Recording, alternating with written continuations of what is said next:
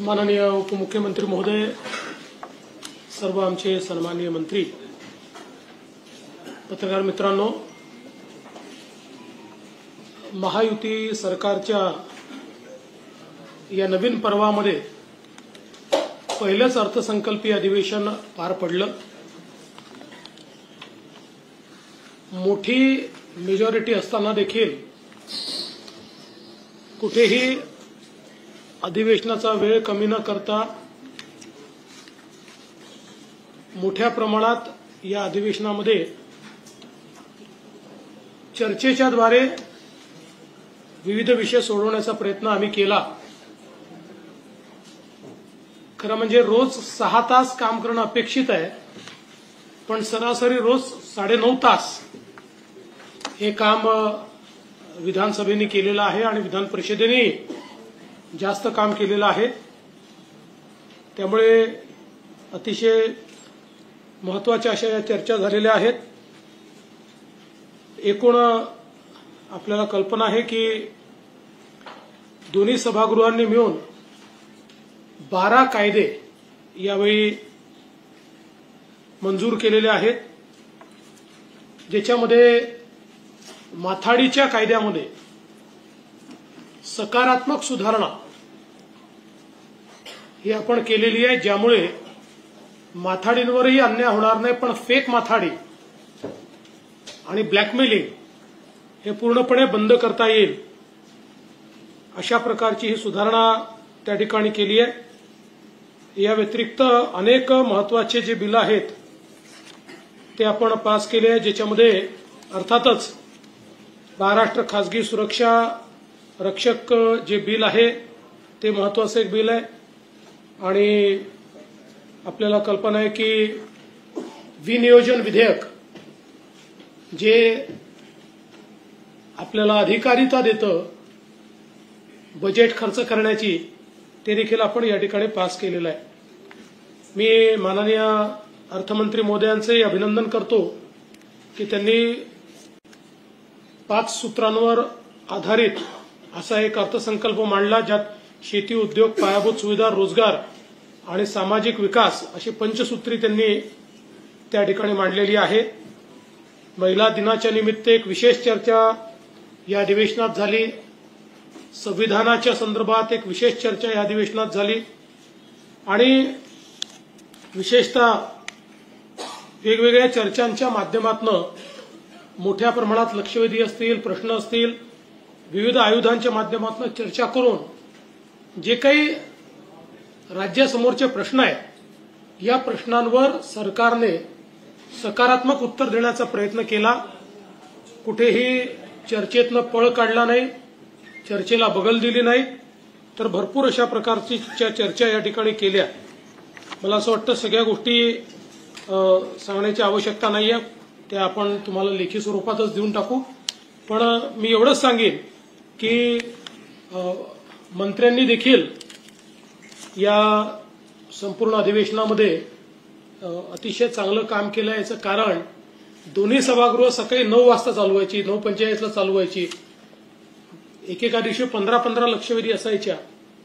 फक्त एकच दिवस असा झाला की ज्या दिवशी मंत्री उशिरा पोहोचल्यामुळे 20 मिनिटाचा वेळ वाया गेला, पण अदरवाईज नीट सगळीकडे मंत्री उपस्थित होते, मंत्र्यांनी योग्य अशा प्रकारची उत्तरं दिली।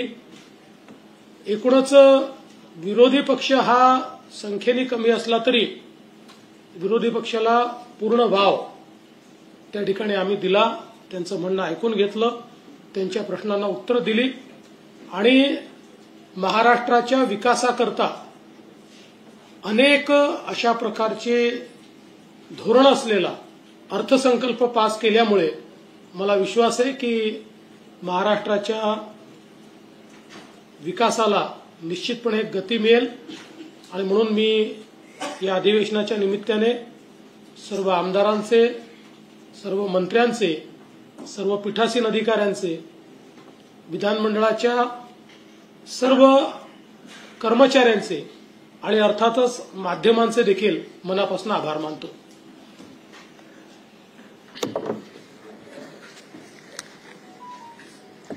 सगळ्या पत्रकारांचं मनापासून स्वागत. मुख्यमंत्री महोदयांनी अधिवेशनाच्या बाबतीत, कामकाजा बाबतीत माहिती दिली आहे. हे महायुती सरकारचं दुसऱ्या इनिंग मधलं हे पहिलंच बजेट सेशन आहे आणि या अर्थसंकल्पामध्ये देखील मुख्यमंत्री महोदयांच्या मार्गदर्शनाखाली वित्तमंत्र्यांनी अतिशय चांगला अर्थसंकल्पही सादर केला. त्यावेळी आपल्या चर्चाही झाली. सर्व योजना, विकास प्रकल्प, कल्याणकारी योजना सगळ्या सुरू ठेवून कुठेही अर्थव्यवस्था बिघडू दिली नाही. नियमांचं पालन काटेकोर केलं. आम्ही जीडीपीच्या 25%च्या आतमध्ये 18 पॉइंट काहीतरी 35 आपण 17.5% आम्ही जे कर्ज आहे त्याच्यामध्ये आहोत. FRBMच्या 3% आत आहोत. 2.76 असेल.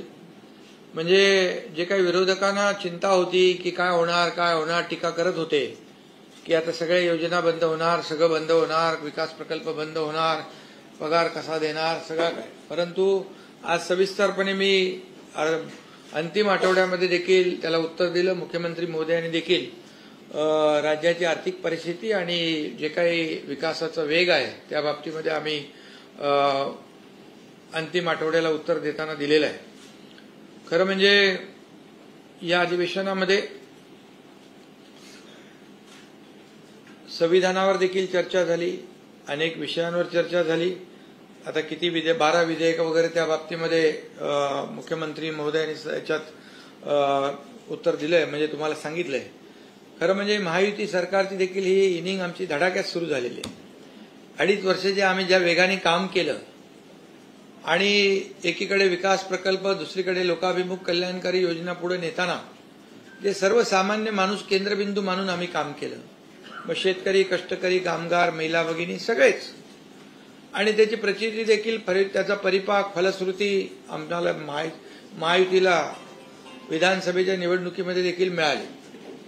आणि आम्ही जी आमची टीम आहे हे उत्तम, आमच्या टीमचं स्पिरिट आहे आणि काम त्याच वेगाने आम्ही पुढे जातोय. कुठेही कशामध्येही म्हणजे कुठलाही विकासाचा वेग कमी न करता आम्ही कामाला प्राधान्य दिलेलं आहे. आणि त्याचं प्रतिबिंब जे आहे आपण पाहतोय की 100 दिवसाचा जो काही मुख्यमंत्री महोदयांचा एक त्यांची संकल्पना होती त्याच्यामध्ये बरेचसे उपक्रम आम्ही, किंबहुना ज्या 7 कलमी कार्यक्रमाला आम्ही प्राधान्य दिलं त्याच्यात देखील सगळ्याच विभागाने चांगलं काम केलेलं आहे. आणि कल करे सो आज कर, आज करे सो अब कर, असं म्हणून आम्ही ज्या धडाक्याने पुढे जातोय आणि खऱ्या अर्थाने जे नवीन प्रकल्प आहेत ते देखील वॉर रूममध्ये घेऊन त्याला आम्ही गती देतोय. उद्योग येत आहेत, त्या बाबतीमध्ये देखील आपल्याला माहिती दिलेली आहे. आणि मी जेव्हा मुख्यमंत्री होतो त्यावेळेस देखील दावोसला आम्ही गेलो. त्यावेळेस देखील जी काही परदेशी गुंतवणूक आहे, उद्योजक आहेत, मोठ्या प्रमाणावर 7-8 लाख कोटीचे MOU झाले. त्याचंही आम्ही एक्झिक्युशन जे आहे, कन्व्हर्जन 70-80%. आता देवेंद्रजी आणि आमचे उद्योग मंत्री गेले 15 लाख कोटीचं MOU केले आणि त्याचं पुढचं जे काही जागेचं अलॉटमेंट असेल, परवानगी असतील तेही देण्याचं काम सुरू झालं. त्यामुळे खऱ्या अर्थाने लोकांचा विश्वास आपल्या सरकारवर आहे आणि हे इंडस्ट्री फ्रेंडली स्टेट झाले असं म्हटलं तर वावगं ठरणार नाही. त्यामुळे रोजगारही मोठ्या प्रमाणावर उपलब्ध होतील. त्या डिटेलमध्ये मी जात नाही. परंतु आता महाराष्ट्र आपला जो आहे तो स्टार्टअपमध्ये पहिला नंबर आहे, FDA मध्ये पहिला नंबर आहे, GDP मध्ये पहिला नंबर आहे आणि कर्ज वगैरे जे काही आहे ते इतर राज्यापेक्षा देखील आपलं कमी आहे. त्याचं अर्थसंकल्पाच्या अंतिम आठवड्याच्या प्रस्तावामध्ये मी उत्तर देताना दिलं, देवेंद्रजींनी देखील दिलं. आणि म्हणून आमच्याकडे no reason on the spot decision, ये काम हमारा है. जिसने रीजन दिया उसका जनता ने सीजन खत्म कर दिया. इसलिए आणि म्हणून असंच काम आम्ही चालू ठेवणार बिलकुल वेगाने. आणि 5 वर्षाची टेस्ट मॅच असली तरी सुद्धा राज्याच्या विकासासाठी आणि कल्याणासाठी आम्ही 2020 प्रमाणेच काम करणार. हे अगदी आपल्याला सांगतो, कुठेही विकासाचा वेग कमी पडणार नाही. आणि मग मला वाटतं जास्त काय मी बोलत नाही, परंतु विरोधक कमी संख्येने असले तरी सुद्धा, ज्याचा उल्लेख मुख्यमंत्री महोदयांनी केला आहे, तरी सुद्धा आम्ही त्यांना कमी लेखत नाही, त्यांना अंडर एस्टिमेट आम्ही करत नाही. पण आमची भावना आणि भूमिका अशी होती की त्यांनी सभागृहात येऊन सभागृहामध्ये या महाराष्ट्रातल्या जनतेच्या प्रश्नांना वाचा फोडली पाहिजे होती. शेतकऱ्यांचे विषय असतील, इतर जे काही ज्वलंत विषय आहेत, त्या बाबतीमध्ये सभागृहात येऊन चर्चा करायला आणि त्याला उत्तर द्यायला आमचं सरकार तयार होतं. परंतु त्यांनी पायऱ्यावरच ते सगळं आंदोलन करण्यामध्ये धन्यता मांडली.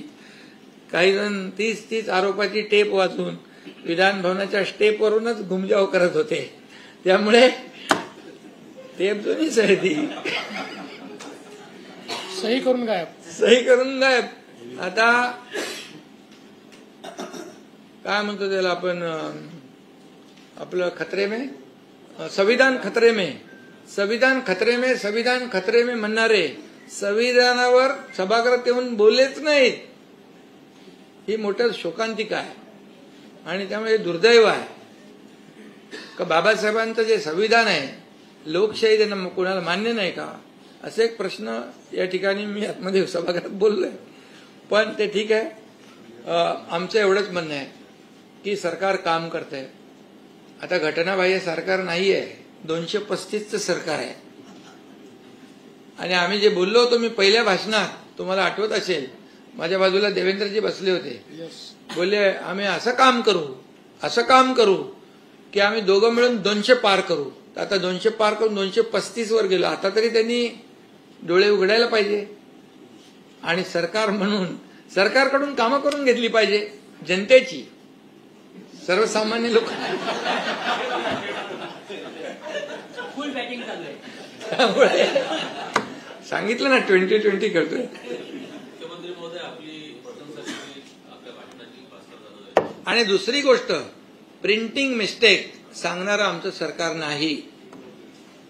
जे काही लोक म्हणाले की तुम्ही आश्वासनं दिली कधी पाळणार, आम्ही जाहीरनामा किती 5 वर्षाचा असतो. आम्ही कुठलंही आश्वासन जे आहे टाळणार नाही, आम्ही ते आश्वासन पाळणार. कारण देवेंद्रजी, मी, अजितदादा हे शब्द दिला की आम्ही शब्द पाळणारे लोक आहोत, म्हणून तर इतिहास घडला. त्यामुळे माध्यमावर आरोप केलाय सरांनी की माध्यमाला लगेच मांडतात एक तुमच्या दिघातला नसला की नाराज होईल, तर तुम्ही काय खुलासाच नाही केला. कुठला नाराज कोण आहे? दादा नाराज नाहीत ना. अरे बाबा, दादा सांगून गेले मुख्यमंत्र्यांना. ते सगळ्यांना सांगा. दादा मुख्यमंत्र्यांना सांगून गेले मगाशी. आणि तुम्ही तर असं करता जसं मी गावी गेलो की नाराज, दिल्लीला गेलो की नाराज, आणि गंभीर झालो की गंभीर झाला नाराज. अरे आता काय करायचं. आणि म्हणून तुम्हाला सांगतो, आम्ही काही नाराज वगैरे नाही. कोणी किती प्रयत्न केला, विरोधकांनी देव पाण्यात बुडवून ठेवलेत की काहीतरी होईल, काही होणार नाही. लोककल्याणकारी विकासाची कामच आम्ही करणार, बस. त्यामुळे प्रशंसा केली आहे, या प्रशंसेचा त्यांना पुढच्या अधिवेशनात काही फायदा.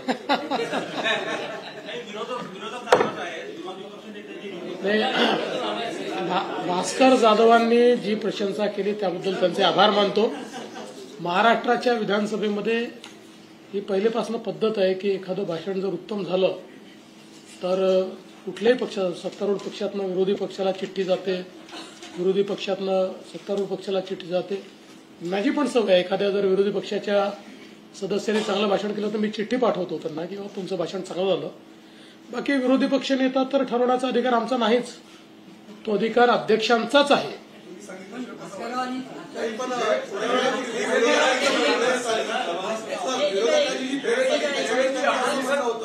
एकेकाळी शेकापचे फक्त 7 आमदार असतानाही काँग्रेसने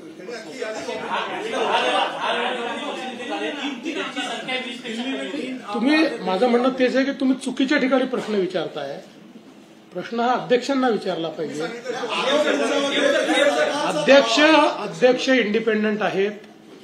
अध्यक्षांवर सरकारचा कुठलाही दबाव नाही.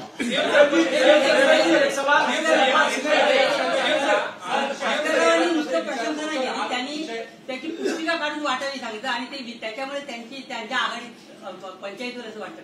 नाही नाही, काही पंचायतीवर असं नाही. त्यांनी त्याकरता पटेल अशा प्रकारे बोलले. नाही, त्यांनी त्याकरता हे सांगितलं की त्यातला राजकीय भाग काढून टाका, म्हणजे जो त्यांना अडचणीचा आहे तो काढून टाका आणि बाकी भाग ठेवा असं सांगितलं.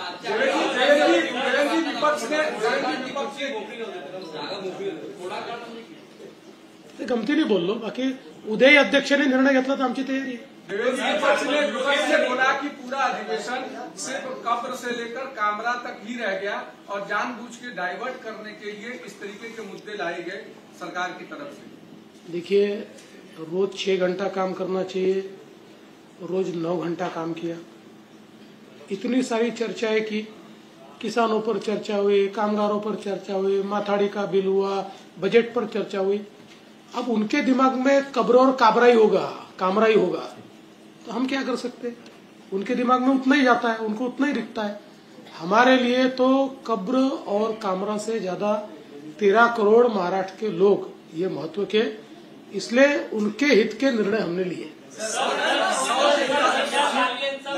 संदर्भात अनेकांनी चिंता व्यक्त केली की संख्या आहे लक्षवेधींची वाढती आहे, तर पुढच्या ज्या गटनेत्याची बैठक असेल किंवा पीएससीची बैठक असेल काय याच्यावर चर्चा करून काही याच्यामध्ये लक्षवेधी वाढल्या तरी हरकत नाही आहे. फक्त आम्ही अध्यक्षाला ही विनंती केली आणि पुन्हा एकदा करणार आहोत अध्यक्ष आणि सभापतींना की निकषात बसणाऱ्याच लक्षवेधी चर्चेला आल्या पाहिजे, निकषाच्या बाहेरच्या येऊ नयेत.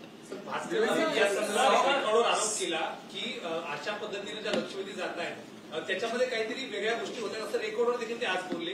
त्याबद्दल नेमकं मला असं वाटतं की बिना पुराव्याचं असं बोलणं योग्य नाही आहे. पण हे देखील खरं आहे की याच्यामध्ये जर आपल्याला कुठलंही उलटसुलट काम होऊ नये असं वाटत असेल तर निकषातल्याच लक्षवेधी जर घेतल्या, आमदार जाऊन खूप आग्रह करतात आमची घ्या, अध्यक्षांचा नाईलाज होतो, त्यांना घ्याव्या लागतात. पण एकदा सगळ्यांनी मिळून जर ठरवलं की निकषाच्या बाहेर फार जायचं नाही तर मला असं वाटतं की कुठलीही गडबड मध्ये होऊ शकत नाही. संविधान घ्याव्यात असं आहे का? जयंत पाटलांनी दाखवलं पुस्तक तर नियमात किती आहेत आणि समजा 500 लावल्या तर तुम्ही फक्त लक्षवेधीवर घेऊन चर्चा करणार का आणि कायद्यावर 2 मिनिटं करणार? असं नाही आहे. लक्षवेधीवर ज्या चर्चा झाल्या त्या ऍडिशनल टाइम मध्ये झालेल्या. तुम्ही जर मॅक्सिमम सकाळी 18 दुपारी 30 या संख्येने ठेवलं नाही असं नाही आहे. तुम्ही जर बघितलं तर मॅक्सिमम या ऍडिशनल ज्या सकाळी विशेष सत्र आहे त्या सत्रात ठेवल्या. दुपारी पण ज्या केल्या त्याच्यामध्ये वेळेची मर्यादा पाळत 1 किंवा 2 प्रश्न. आता काय नवीन सदस्य आहेत, पहिलं अधिवेशन आहे, सदस्यांची अपेक्षा असते की आमच्या मतदारसंघात काही ना काही आम्हाला मांडता आलं पाहिजे, त्याकरता त्यांनी अकोमोडेट केलं. पण याचा अर्थ कायद्यांची चर्चा थोडी करटेल केली. सगळे कायदे चर्चेने पास झाले. बिना चर्चेचा कुठला कायदा आला सांगा? सगळ्या प्रस्ताव पहिल्या आठवड्यापासून ते सत्ताधारी असेल किंवा विरोधक असेल सगळे प्रस्ताव नाही. याचं प्रमुख कारण काय आहे की हे अधिवेशन बजेट अधिवेशन आहे, खातेवार चर्चा होते. त्यामुळे ती खातेवार चर्चा त्याच्या दिवशी संध्याकाळपर्यंत आणि चर्चेचे दिवस फिक्स्ड आहे. मंगळवारचा सत्तारूढ पक्षाचा, गुरुवारचा विरोधी पक्षाचा, त्याच मंगळवारी खातेदार न्याय चर्चा असते. आता या चर्चेपेक्षा खातेनिहाय चर्चेला प्रेसिडन्स आहे. ती रात्री 10 वाजेपर्यंत चालली तर ही चर्चा बाजूला. हे आज नाही, आता तुम्ही सगळे लोक 25-25 वर्ष कव्हर करताय. प्रत्येक बजेट अधिवेशनात हेच होतं.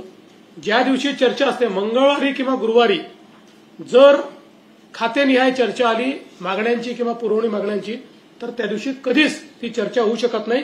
ती पाहिलं फोन शेवटीच होते. देशमुख की हत्या के मामले में वाल्मीकिकरण रंजन है, उनके आका जो है आपको भी पता है, धनंजय मुंडे का इस्तीफा हुआ है, क्या उनको सह आरोपी बनाएंगे? एक तरफ तो आप उद्योग लाएंगे, इतनी मेहनत करते हैं, ऐसे हफ्ता खबरों के प्रति आप नरम क्यों रहेंगे? इसके बारे में बहुत स्पष्ट शब्दों में कहा है, और नरम गरम रहने का सवाल ही नहीं है। न हम नरम है न गरम है, हम कानून से चलते हैं। जो कानून में वो करते हैं, जो कानून में था वो किया है। 100 दिन का काम, देवेंद्र जी, 100 दिन का काम आपण आधी नवीन टॅगलाईन दिली आहे महाराष्ट्रात की no reserve on the spot decision. तर हे कोणाकोणासाठी लागू आहे? Only no reason only vision. सरकारी निर्णय सरकारी निधन बघा, तुम्हाला सांगतो, आम्ही बोलतो ते करून दाखवतो। जसा 100 दिवसाचा मुख्यमंत्री महोदयांनी संकल्पना मांडली, तर या अधिवेशन काळात आम्ही बघा 50 शहरांचे डीपी फायनल करून टाकले। विकास आराखडे 50 शहरांचे, त्याची यादी तुम्हाला देईन। आणि त्याचबरोबर जे नव्या मुंबईतल्या 12.5% भूखंडावरचा प्रकल्पग्रस्तांचा विषय होता, त्यांना FSI आणि उंची वाढवण्याचा, तो आम्ही निर्णय घेऊन टाकला। मुंबईतल्या जुन्या आयकॉनिक इमारती आहेत, त्या विकसित करण्याचं धोरण बऱ्याच दिवसापासून विचाराधीन होतं, त्याचा आम्ही निर्णय घेतला।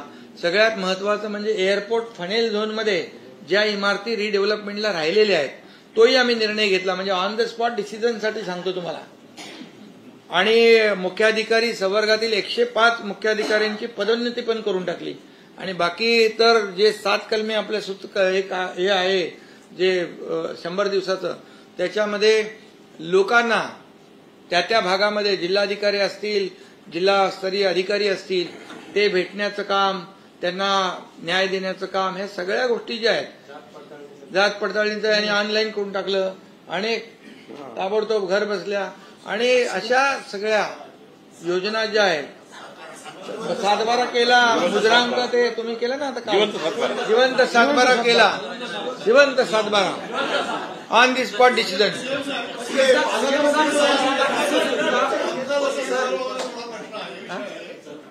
प्रश्नोत्तर चालू असताना, लक्षवेधी चालू असताना, पुरवणी मागण्यांवरची चर्चा चालू असताना किंवा एकंदरीत चर्चा चालू असताना सदस्य उठतात, मंत्र्यांपर्यंत जातात, आणि हे जाताना अनेक बोलणाऱ्या सदस्यांना क्रॉस करतात, मंत्री वेलमध्ये जातात, मंत्री सदस्यांना क्रॉस करतात, असे अनेक प्रकार बघायला मिळाले। हे अतिशय चुकीचं आहे, शिस्त पाळली गेली पाहिजे। मला स्वतःला फार त्रास होतो, यांनाही होतो। आम्ही बसले असतो, भाषण करायचं असतं, आणि इतके सदस्य येऊन तिथे सह्या घेतात, त्यामुळे याच्यावर निर्बंध आला पाहिजे। मला हे अगदी मान्य आहे की चुकीचं आहे, करूया।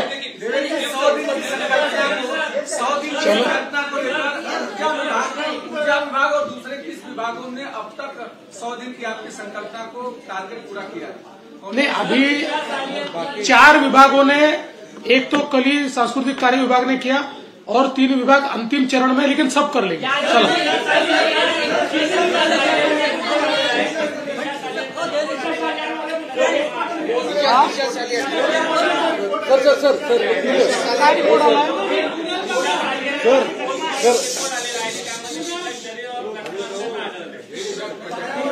अजून याची माहिती माझ्याकडे आली नाही, ती माहिती घेऊन तुम्हाला पूर्ण देईल।